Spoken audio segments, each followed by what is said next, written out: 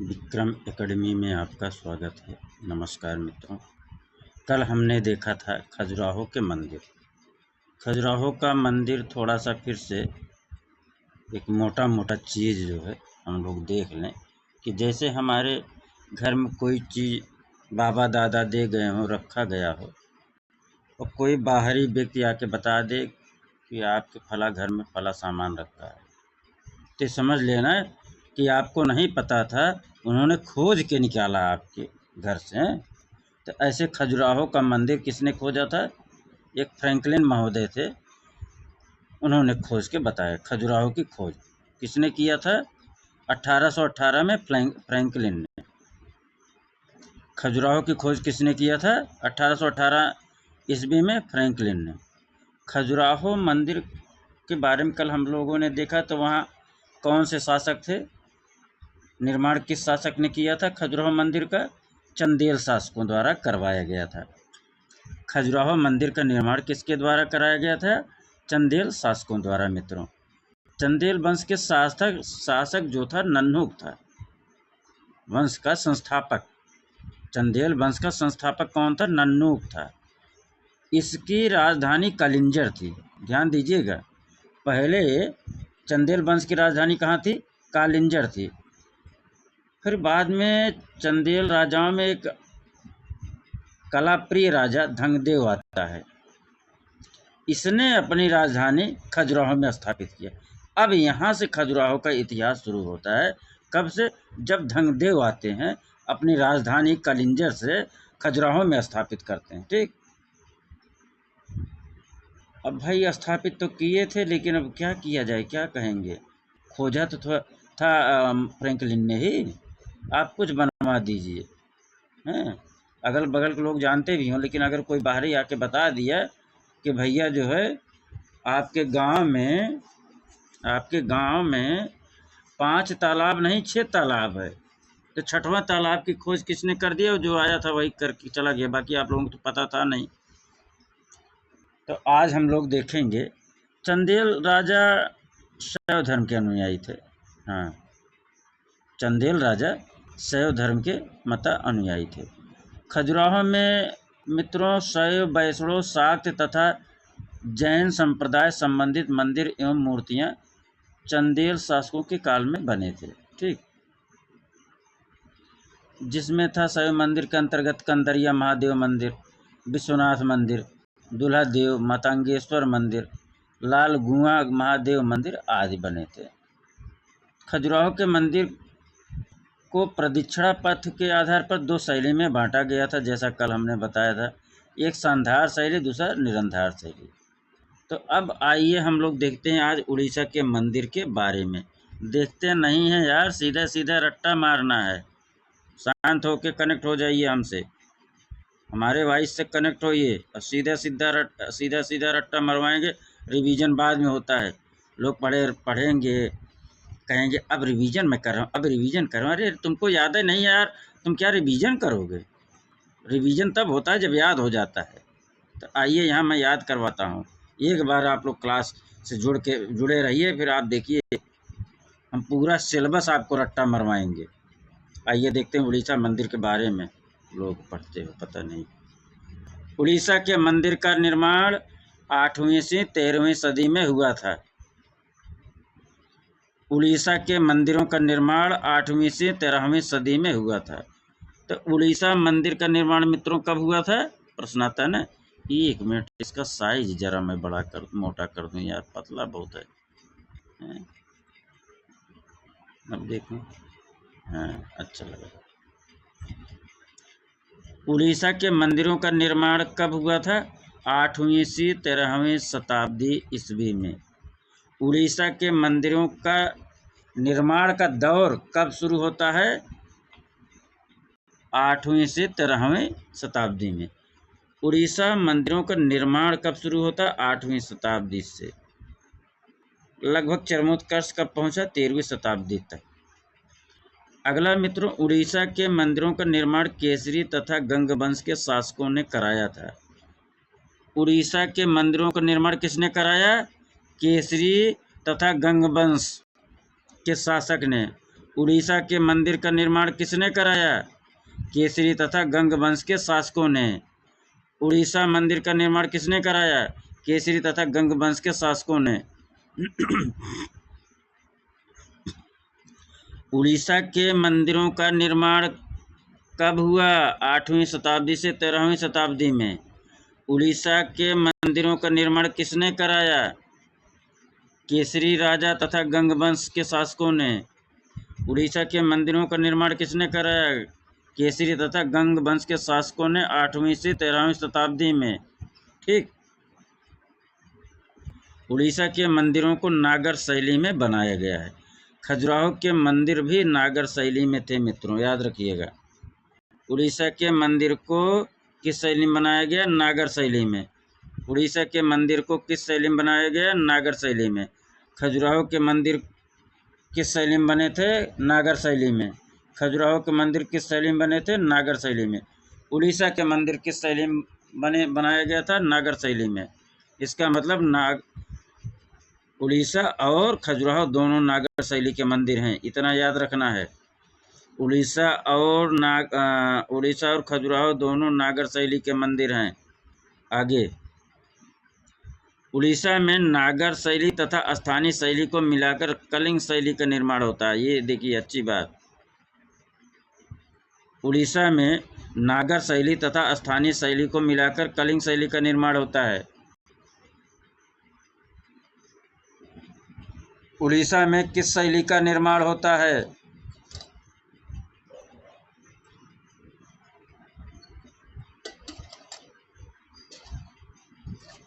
ये वाले बताओ, आज बहुत कूदते थे, हैं? कूदना बंद? अच्छा, पहली बार। ठीक ठीक, अरे कोई बात नहीं। उड़ीसा में नागर शैली और स्थानीय शैली का जब मिलन होता है तो वहाँ कलिंग शैली का निर्माण होता है। कलिंग शैली। कलिंग शैली। जब प्रेमी प्रेमिका मिलते हैं तब क्या होता है? मन में गुब्बारे फूटते हैं ना, तो वहाँ भी एक शैली का निर्माण होता है ना, क्यों नहीं होता? होता है। तो उड़ीसा के नागर शैली और स्थानीय शैली जब मिलते हैं तो कलिंग शैली का निर्माण होता है। उड़ीसा के नागर शैली और उड़ीसा के स्थानीय शैली जब दोनों मिलते हैं, प्रेम होता है इनसे, तब वो कल की बात करते हैं, अपने भविष्य की बात करते हैं, तो वहाँ कलिंग शैली का निर्माण होता है। ठीक, आगे चलें। याद तो यही होगा मित्रों। उड़ीसा के मंदिर शिखर शैली में बने हैं। उड़ीसा के यहाँ प्रश्न आता है, आया है, उड़ीसा के मंदिर के शिखर शैली में बने हैं। उड़ीसा के मंदिर कैसे बने हैं? शिखर शैली में बने हैं। उड़ीसा के मंदिर कैसा बना है? शिखर शैली में बना है। उड़ीसा का मंदिर शिखर शैली में बना है। उड़ीसा का मंदिर शिखर शैली में बना है। उड़ीसा का मंदिर शिखर शैली में बना है। उड़ीसा के मंदिर नागर शैली में बना है। और शिखर और मंदिर का शिखर, उड़ीसा का मंदिर शिखर शैली में बना है। यहाँ शिखर शैली से तात्पर्य तो नागर शैली हो ही गया। शिखर शैली से मतलब इनका एक मंदिर का प्रारूप से है, और नागर का मतलब पूरे प्रारूप से है। ठीक, पर्टिकुलर एक शिखर से तात्पर्य मतलब ऊपरी वाले हिस्से की बात हो रहा है। नागर शैली की अगर बात करें तो संपूर्ण मंदिर की परिकल्पना की बात हो जाएगी। कोई और कंफ्यूजन? उड़ीसा के मंदिर शिखर शैली में बने हैं। आगे चलें। उड़ीसा के मंदिर शिखर शैली में बने हैं। उड़ीसा के मंदिर नागर शैली में बनाया गया है। उड़ीसा के लोगों ने नागर शैली और अपनी शैली को जब मिलान करते हैं, उड़ीसा के स्थानीय लोग जब नागर शैली से प्रेम करते हैं तब जन्म होता है कलिंग शैली का। उड़ीसा के स्थानीय लोग जब नागर शैली से प्रेम करते हैं, मिलन करते हैं, तो वहाँ किस शैली का निर्माण होता है? कलिंग शैली का। उड़ीसा के मंदिर शिखर शैली में बने हैं। आगे आइए। बेताल देउल मंदिर उड़ीसा के खुर्दा जिले में स्थित है। पूछा गया जाता है बेताल देउल मंदिर कहाँ स्थित है? बेताल देउल मंदिर कहाँ स्थित है? उड़ीसा के खुर्जा जिला में स्थित है। खुर्जा नहीं बे, खुर्दा मैं बोल रहा हूँ तो तुम लोग खुर्जा खुर्जा कर रहे हो। बेताल देउल मंदिर उड़ीसा के खुर्दा जिले में स्थित है। बेताल देउल मंदिर कहाँ स्थित है? उड़ीसा के खुर्दा जिले में स्थित है। बेताल देउल मंदिर कहाँ स्थित है? उड़ीसा के खुर्दा जिले में स्थित है। हाँ, यह चामुंडा देवी को समर्पित है। बेताल देउल मंदिर किसको समर्पित है? चामुंडा देवी को समर्पित है। बेताल देउल मंदिर किसको समर्पित है? चामुंडा देवी को समर्पित है। बेताल देउल मंदिर किसको समर्पित है? चामुंडा देवी को समर्पित है। बेताल देउल मंदिर कहाँ है? उड़ीसा के खुर्दा जिले में स्थित है। किसको समर्पित है? चामुंडा देवी को समर्पित है। इसको और किस नाम से जानते हैं? बेताल देउल को खखरा देउल नाम से जाना जाता है। बेताल देउल को और किस नाम से जाना जाता है? खखरा देउल के नाम से। बेताल देउल बराबर खखरा देउल, दोनों नाम एक ही व्यक्ति का है, यही समझो। जैसे एक बुलाने वाला एक स्कूलिंग नाम, ठीक। तो बेताल देउल मंदिर उड़ीसा के खुर्दा जिले में स्थित है। खखरा देउल स्कूल वाला नाम है, बेताल देउल घर वाला नाम है। इस मंदिर पर द्रविड़ शैली के गोपुरम का प्रभाव है।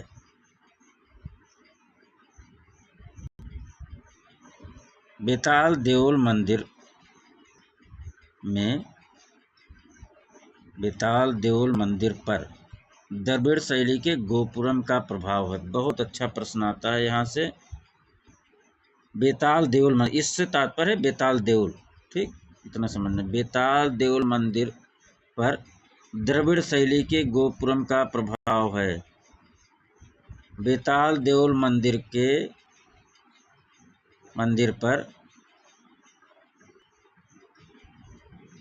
किसका प्रभाव है? द्रविड़ शैली के गोपुरम का प्रभाव है। बेताल देउल मंदिर पर किसका प्रभाव है? द्रविड़ शैली के गोपुरम का प्रभाव है। बेताल देउल मंदिर पर द्रविड़ शैली के गोपुरम का प्रभाव है। बेताल देउल मंदिर पर किसका प्रभाव है?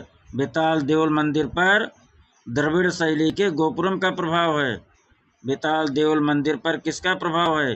बेताल देउल मंदिर पर द्रविड़ शैली का प्रभाव है। आगे चलें। याद तो यही होगा, तो याद तो यही करवाएंगे, ठीक। क्लास के अंदर आ गए हो तो लठिया देंगे अगर जो भागे हैं।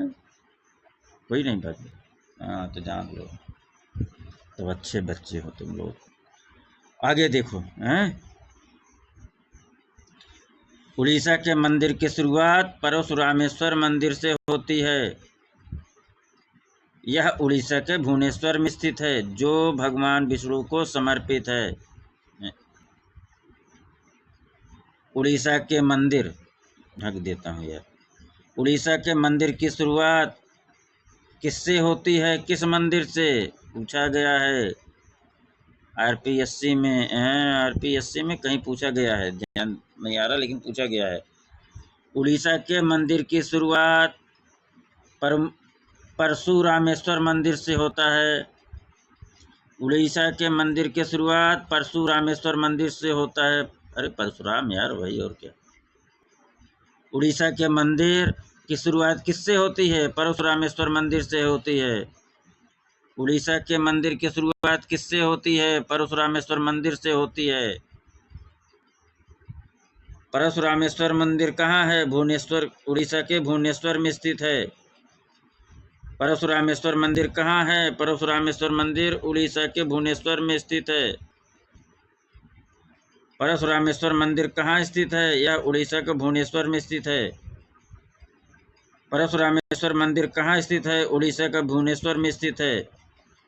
परशुरामेश्वर मंदिर किसको समर्पित है? भगवान विष्णु को समर्पित है। परशुरामेश्वर मंदिर किसको समर्पित है? भगवान विष्णु को समर्पित है।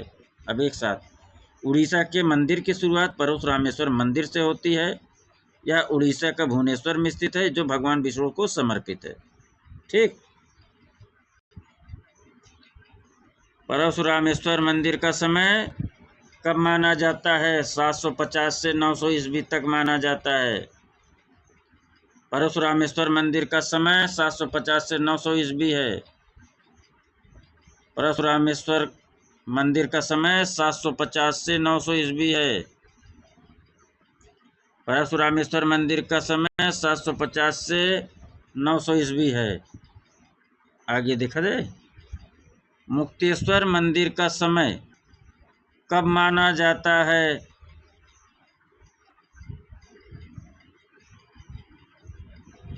यह 11वीं शताब्दी के बाद का भुवनेश्वर के अन्य मंदिर से सुंदर है।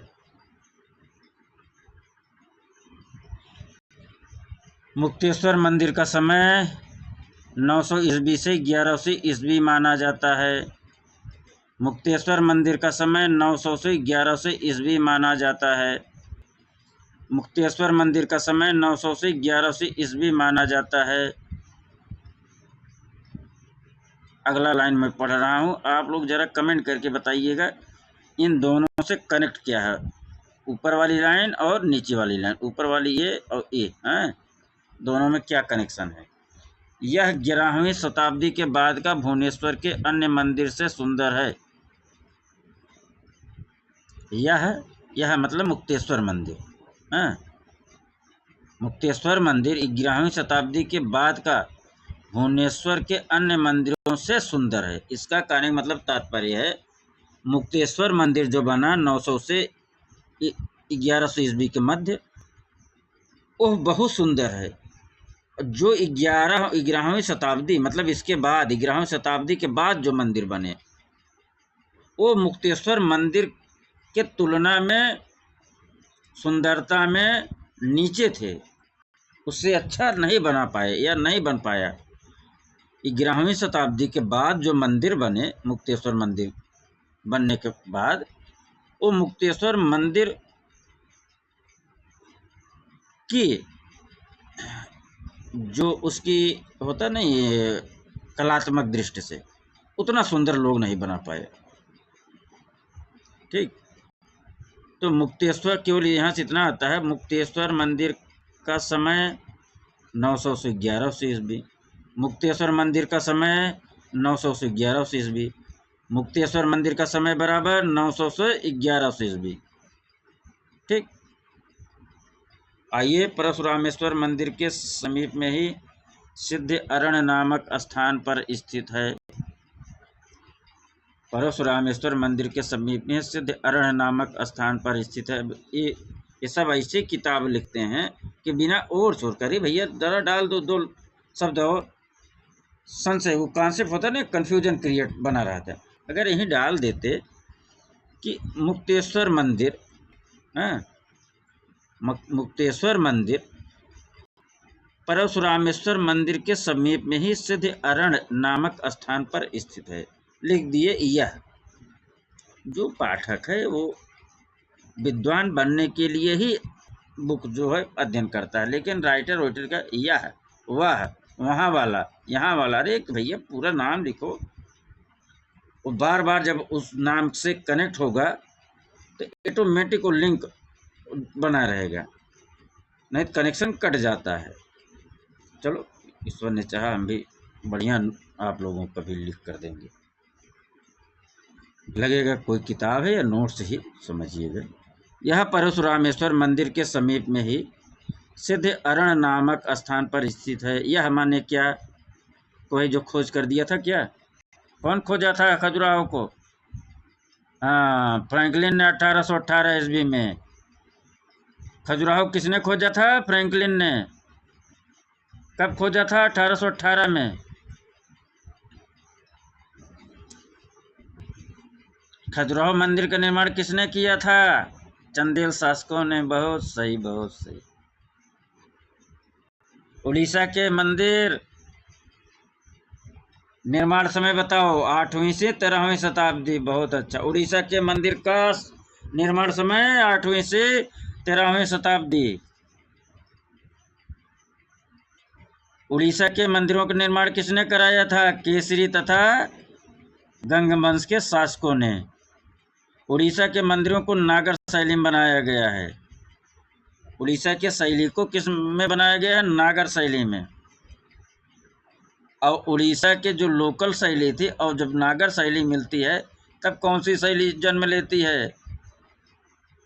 कलिंग शैली। Very good, very good. फिर अब आप लोगों को आगे हम बताने चल रहे हैं, ठीक? बताएं यार, किसी को रोग नहीं आज हमारा मन, पता नहीं कैसे मजा नहीं आ रहा है।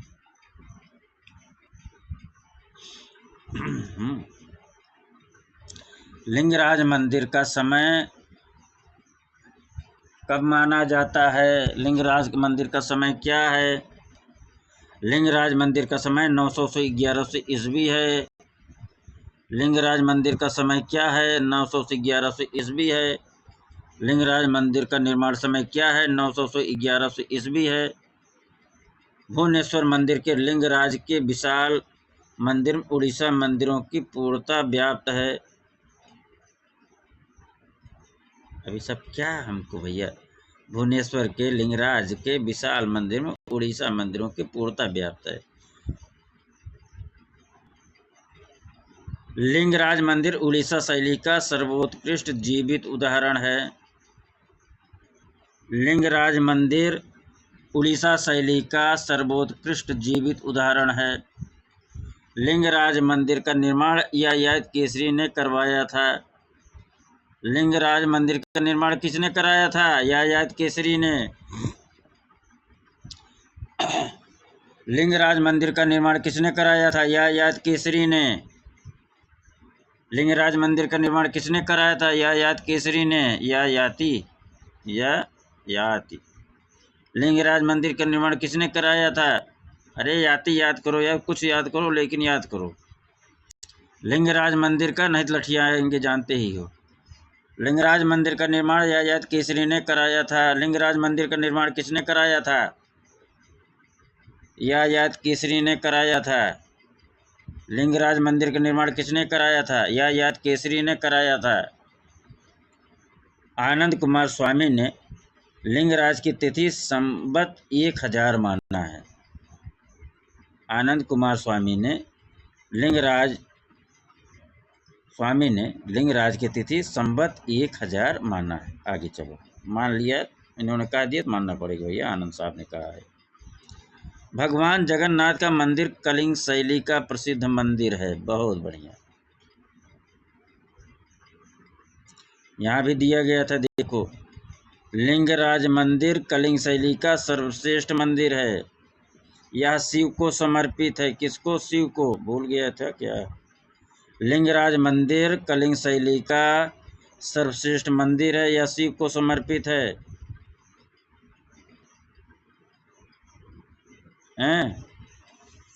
लिंगराज मंदिर कलिंग शैली का सर्वश्रेष्ठ मंदिर है। यह शिव को समर्पित है। लिंगराज मंदिर का निर्माण किसने करा? ययाति केसरी ने। लिंगराज मंदिर कलिंग शैली का सर्वश्रेष्ठ मंदिर है। कलिंग शैली का सर्वश्रेष्ठ मंदिर कौन सा है? लिंगराज मंदिर है।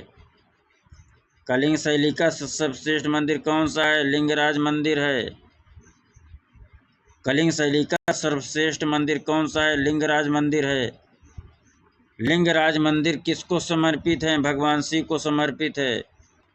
लिंगराज मंदिर किसको समर्पित है? भगवान शिव को समर्पित है। अब आइए यहाँ, इन्होंने भैया मान लिया तो मान लो, हम नहीं पढ़ेंगे, आप ही पढ़ लेना। भगवान जगन्नाथ का मंदिर कलिंग शैली का प्रसिद्ध मंदिर है।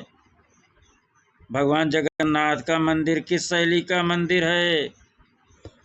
कलिंग शैली का मंदिर है। किस शैली का मंदिर है? कलिंग शैली का मंदिर है। किस शैली का मंदिर है? कलिंग शैली का मंदिर है। भगवान जगन्नाथ का मंदिर किस शैली का है? कलिंग शैली का है। किसका? कलिंग शैली का। भगवान जगन्नाथ का मंदिर, भगवान जगन्नाथ का मंदिर, जगन्नाथ का मंदिर किस शैली का है? कलिंग शैली का है। ठीक, आगे चलें। यह मंदिर मध्य युग में निर्मित बहुत बड़ा है। मध्य युग में निर्मित बहुत बड़ा मंदिर माना जाता था। ठीक, यह मंदिर उड़ीसा के पुरी जिले में स्थित है। भगवान जगन्नाथ का मंदिर कहाँ स्थित है? उड़ीसा के पुरी जिले में स्थित है। सबको पता है यार। भगवान जगन्नाथ का मंदिर कहाँ स्थित है? उड़ीसा के पुरी जिले में स्थित है। भगवान जगन्नाथ का कहाँ मंदिर है? उड़ीसा का पुरी जिले में है। आगे चलें। बताना था, याद हो गया यार, मैं दौड़ा देता मन में से। बचपना कितना अच्छा रहता था।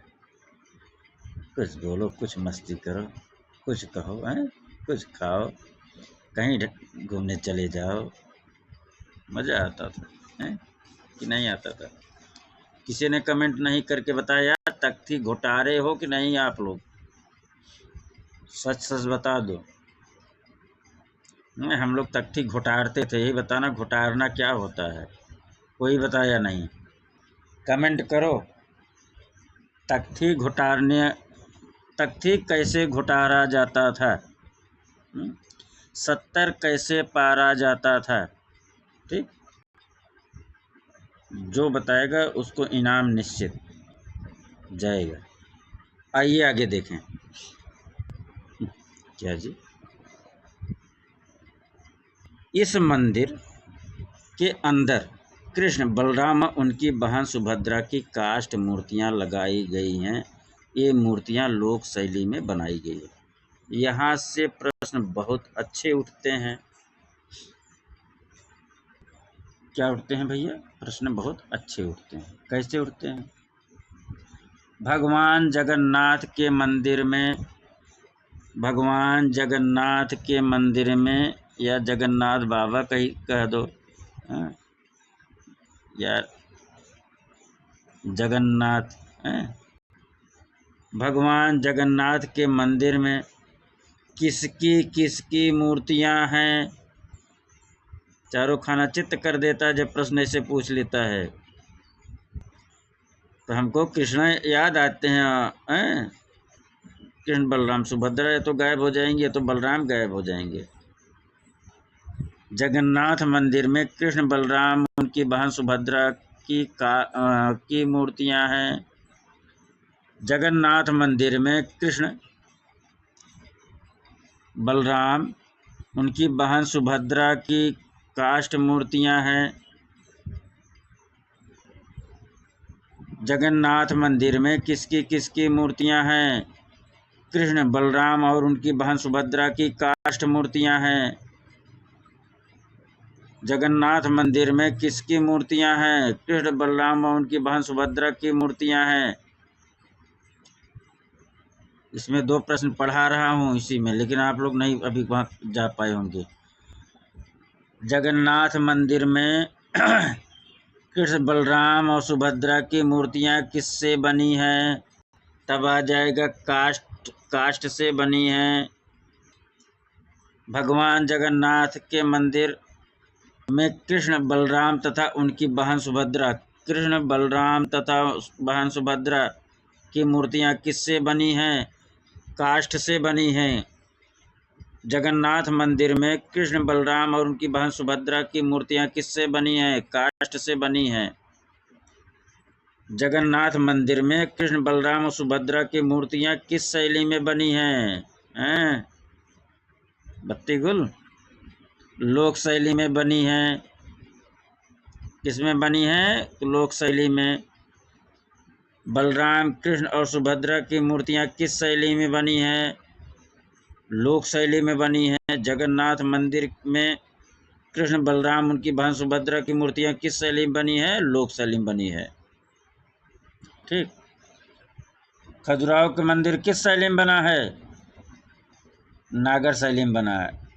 उड़ीसा का मंदिर किस शैली में बना है? नागर शैली में बना है। आगे चलें। और क्या होता है। उड़ीसा के मंदिर पर किसका प्रभाव है? हैं? द्रविड़ शैली गोपुरम का प्रभाव है। उड़ीसा के मंदिर शिखर शैली में बने हैं। ऐसे है कुछ कि नहीं है?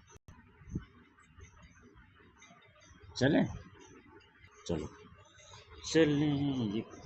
यार गान मैं बचपन से, आप लोगों को बताऊं, बचपन से मैं सोचता था कि मैं गायक बनूंगा, लेकिन भगवान ने हमको इतना बेसुरा बना दिया, इतना बेसुरा बना दिया कि वॉइस भी मोटी है।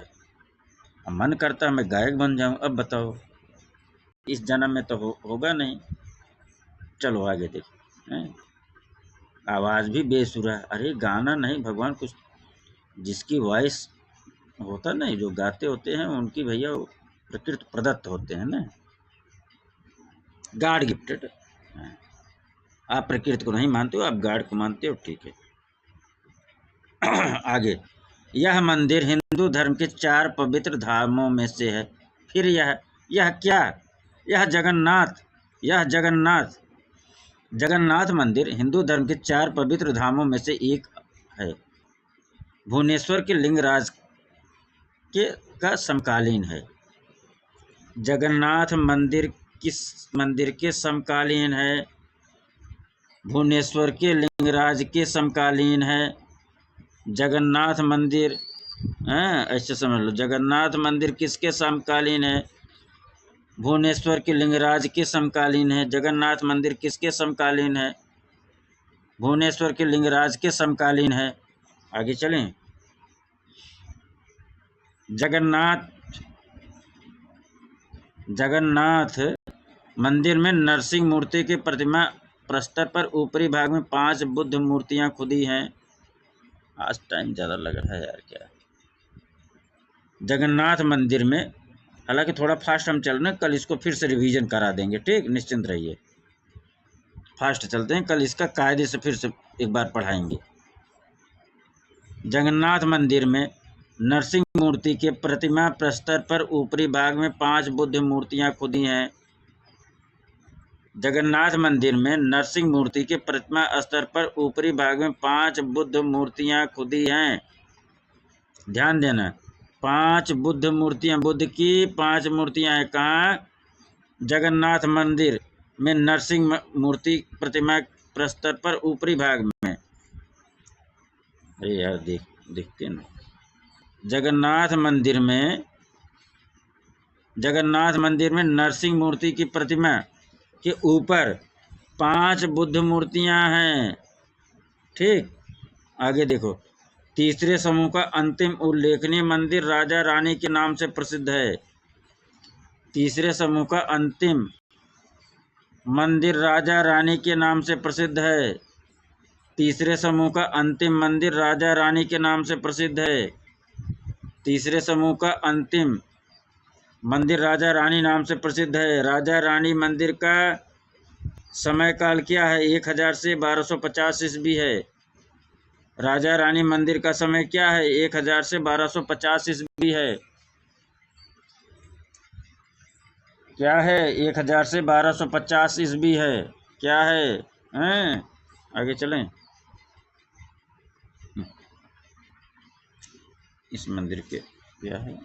हाँ यार, वहाँ से चलना पड़ेगा ना।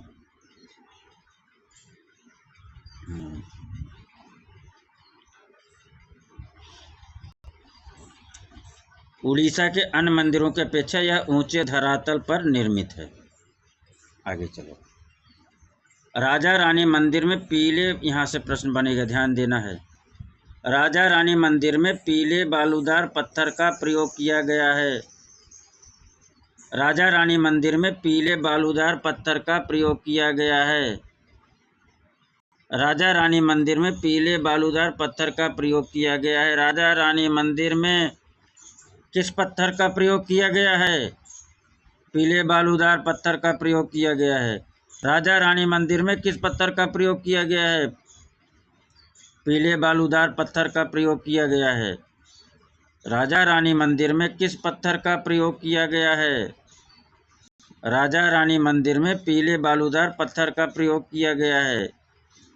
राजा रानी मंदिर में किस पत्थर का प्रयोग किया गया है? पीले बालूदार पत्थर का प्रयोग किया गया है।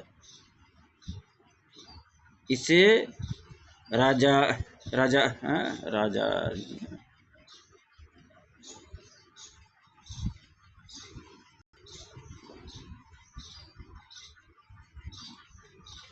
इसे राजा रानियां कहते हैं। इसे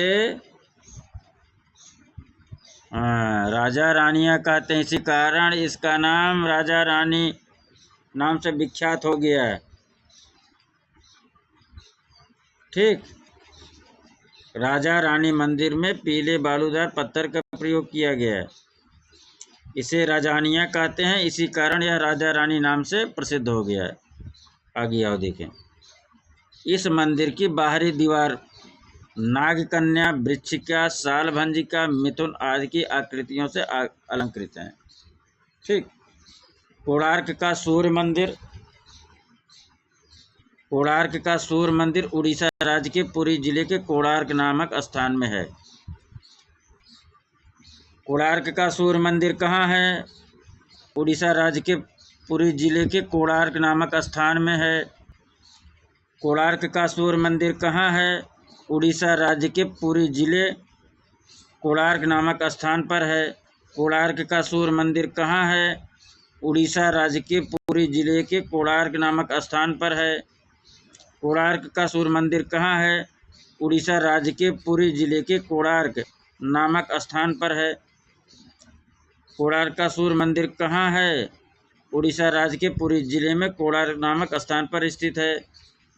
कोणार्क का अर्थ क्या है? सूर्य का कोना। कोणार्क का अर्थ क्या है? सूर्य का कोना। कोणार्क का अर्थ क्या है? सूर्य का कोना। आगे चलें। ये हो गया।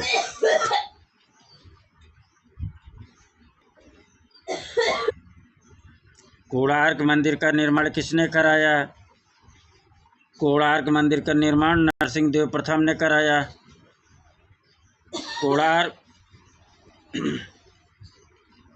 कोणार्क मंदिर का निर्माण नरसिंह देव प्रथम ने कराया। कोणार्क मंदिर का निर्माण किसने कराया? नरसिंह देव प्रथम ने कराया। कोणार्क का निर्माण बराबर नरसिंह देव प्रथम। कोणार्क का निर्माण बराबर नरसिंह देव प्रथम। कोणार्क का मंदिर निर्माण किसने कराया? नरसिंह देव प्रथम ने। कोणार्क का सूर्य मंदिर का वास्तुकार कौन था? विशु महाराणा था। विशु महाराणा था। कोणार्क का सूर्य मंदिर कोणार्क के मंदिर का वास्तुकार कौन था? विशु महाराणा था। राण लिखा है, लेकिन पढ़ने में अच्छा नहीं लगता है, मुझे भी पता है। पहले याद कर लो, फिर विद्वान बाद बनना। ठीक। कोणार्क मंदिर का निर्माण किसने कराया? नरसिंह देव प्रथम ने। कोणार्क मंदिर का निर्माण किसने कराया? नरसिंह देव प्रथम ने। कोणार्क मंदिर का निर्माण किसने कराया? नरसिंह देव प्रथम ने। कोणार्क के मंदिर का वास्तुकार कौन है? कौन है बताइए? विशु महाराणा है। कोणार्क मंदिर का वास्तुकार कौन है? विशु महाराणा है। कोणार्क मंदिर का वास्तुकार कौन था? विशु महाराणा था। कोणार्क मंदिर का वास्तुकार कौन था? विशु महाराणा था। कोणार्क वास्तुकार बराबर विशु महाराणा। कोणार्क वास्तुकार बराबर विशु महाराणा। विषुम नहीं यार, बच्चे हम लोग नहीं खेलते थे विषुम अभी बच्चे करते हैं। कोणार्क विश्व का प्रसिद्ध सूर्य मंदिर है। कोणार्क विश्व का प्रसिद्ध सूर्य मंदिर है। कोणार्क विश्व का प्रसिद्ध सूर्य मंदिर है। सूर्य रथ में 12 जोड़ी पहिए 12 महीनों का प्रतीक है। कोणार्क सूर्य मंदिर में कितने जोड़ी पहिए हैं? 12 जोड़ी पहिए हैं। एक तो ये प्रश्न आगे ध्यान देना शब्द में। प्रश्न यहाँ से ऐसे उल्टा हर बार पूछ लेता है घुमा के। सूर्य रथ में कितने जोड़ी पहिए हैं? तो उत्तर देंगे 12 जोड़ी पहिए हैं। सूर्य रथ में कितने पहिए हैं? तो 12 जोड़ी का मतलब हो गया 24 पहिए, तो यहाँ उत्तर हो जाएगा 24। सूर्य रथ में ध्यान दीजिए, सूर्य रथ में कितने जोड़ी पहिए हैं? तो उत्तर होगा 12 जोड़ी पहिए हैं। और सूर्य रथ में कितने पहिए हैं? कितने पहिए? तो उत्तर हो जाएगा 24 पहिए हैं। ठीक, 12 जोड़ी से तात्पर्य 12 महीनों प्रतीक है। 7 घोड़े हैं, 7 घोड़े सप्ताह के 7 दिनों के प्रतीक हैं। इस रथ में 8 तीलियां हैं, दिन के 8 पहर का प्रतीक है। सूर्य रथ में कितने पहिए हैं? 24 पहिए हैं। सूर्य रथ में कितने पहिए हैं? 24 पहिए हैं। सूर्य रथ में कितने जोड़ी पहिए हैं? 12 जोड़ी पहिया है। सूर्य रथ में कितने जोड़ी पहिया है? 12 जोड़ी पहिया है। 12 महीनों का प्रतीक है। 7 घोड़े सप्ताह के 7 दिनों का प्रतीक है। रथ में कितनी तीलियां हैं? 8 तीलियां हैं। सूर्य रथ में कितनी तीलियां हैं? 8 तीलियां हैं। किसका प्रतीक है? दिन के 8 प्रहर का प्रतीक है। ताकि चले। फर्गुसन ने कोणार्क मंदिर का तैल माध्यम में चित्रित किया। हाँ भाई, हमने सोचा कहीं ये भी तो नहीं खोज हो दी है। कोणार्क मंदिर का तैल माध्यम में चित्र किसने बनाया था? फर्गुसन ने। कोणार्क मंदिर का तैल माध्यम में चित्र किसने बनाया? फर्गुसन ने। कोणार्क मंदिर का तैल माध्यम में चित्र किसने बनाया? फर्गुसन ने। स्थापत्य की दृष्टि से सूर्य मंदिर को 4 भागों में बांटा जा सकता है मित्रों। ये बहुत महत्वपूर्ण है, इसको समझने की बात है। विमान, ध्यान दीजिए, स्थापत्य की दृष्टि से सूर्य मंदिर, कोणार्क का सूर्य मंदिर 4 भागों में बांटा जा सकता है। पहला विमान, क्या हो गया? विमान, प्रधान मंदिर जिसको आप कहते हैं प्रधान मंदिर, विमान। दूसरा जगमोहन, दर्शकों के बैठने का स्थान। जगमोहन, दर्शकों के बैठने का स्थान। विमान, प्रधान मंदिर, विमान, प्रधान मंदिर, विमान बराबर प्रधान मंदिर, विमान बराबर प्रधान मंदिर। जगमोहन बराबर दर्शकों के बैठने का स्थान, जगमोहन बराबर दर्शकों के बैठने का स्थान।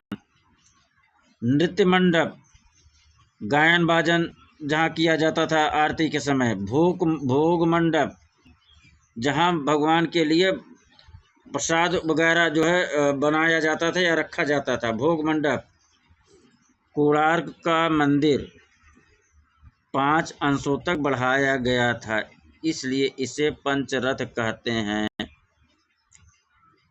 कोणार्क मंदिर को क्या कहते हैं? पंचरथ कहते हैं। कोणार्क मंदिर को क्या कहते हैं? पंचरथ कहते हैं। कोणार्क मंदिर को क्या कहते हैं? पंचरथ कहते हैं। कोणार्क मंदिर को क्या कहते हैं? पंचरथ कहते हैं। इसे 5 अंशों तक बढ़ाया गया था, इसलिए इसे पंचरथ कहते हैं। ठीक। उड़ीसा मंदिर का निर्माण समय बताइए। 8वीं से 13वीं शताब्दी। हाँ, एक बार फिर से रिवीजन करवा दूँ ना फटाफट, इसी में रिवीजन को। उड़ीसा मंदिरों का निर्माण समय 8वीं से 13वीं शताब्दी, 8वीं से 13वीं शताब्दी। ठीक। उड़ीसा के मंदिर नागर शैली में बने हैं। किस शैली में? नागर शैली में। ठीक। उड़ीसा के मंदिर शिखर शैली में बने हैं। किसमें? शिखर शैली में बने हैं। किसमें? शिखर शैली में बने हैं। नागर शैली में है, शिखर शैली में है। उड़ीसा के मंदिरों पर किसका प्रभाव है? द्रविड़ शैली के गोपुरम का प्रभाव है।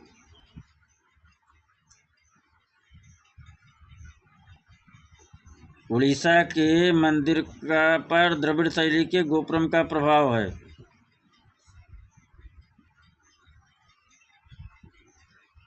ठीक मित्रों, तो मोटा मोटा ये हो गया। अगर क्लास अच्छा लग रहा हो तो आप लोग कमेंट करते रहिए कि अच्छा है।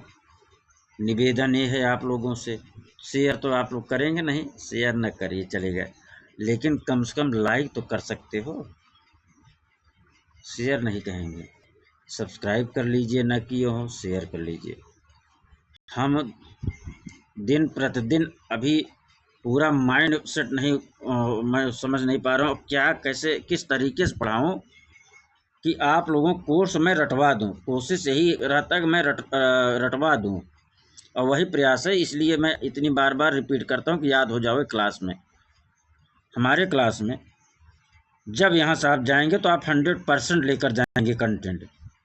100% ले जाने मतलब है कि आपको याद हो चुका होगा।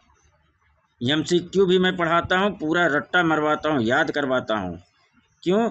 क्योंकि जब यहाँ से आप जाइए, 100 समय आपने दिया, 125 में 125 क्वेश्चन आप लेकर जाइए। राकेश गोस्वामी के मित्रों जो है चल रहा है, ये तो चल ही रहा है। स्थापत राकेश गोस्वामी की चल रहा है प्रैक्टिस सेट भाग 3 है। भाग 4 हो गया है। राकेश गोस्वामी का भाग 4 कंप्लीट हो गया है। ठीक, भाग 4 के नाम से प्ले लिस्ट में बना है, जाके वो देख लें, राकेश गोस्वामी भाग 4।